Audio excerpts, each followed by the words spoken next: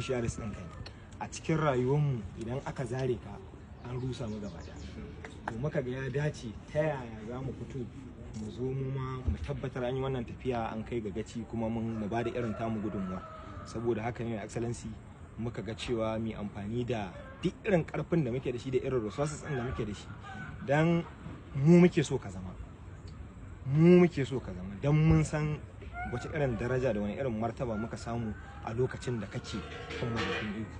Idan haka ba mu muke da zaɓi na yanzu mu fito mu bake na di yadda ake yi mu kai goro mu kai mari duk maya ake yi mu tabbatar da cewa in Allah yadda ka zama shugaban ƙasar Najeriya da kai da duk abubuwa da an takarkarin. A wannan gaba nake ƙara gode maka kwarai da gaske excellency da irin kokari da ake ta yi da abubuwa da ake ta kaiwa ana kawowa. Wannan kungiya ta mu tana matukar godiya. Muna godiya ubangiji Allah ya saka da alheri, Allah ya biya bukata, Allah ya kawo babban rabo. Assalamu alaikum. Ka wannan jama'iya tamu kuma ina sanar da irin kokarin ku da muna ganin ku a social media, irin kokarin da kuke yi, muna fata za ku ci gaba. Kuma shi yasa muka ga ya dace ya dauko wakilci a sa a cikin wannan tsari. Na farko abinda aka yi za a iya sanar da kungiya. Na biyu wata hanya ce kuma ta jawo waɗansu su shigo cikin tsari yadda kowa ma da ƙarami ne a hankali aka girma. Saboda haka kuma na yi murna da kuka zo domin shi mutumin kirki ne ake wa abin alheri ya ce ya gode ko iyaba. Wani kai masa baya so ma a ji labari.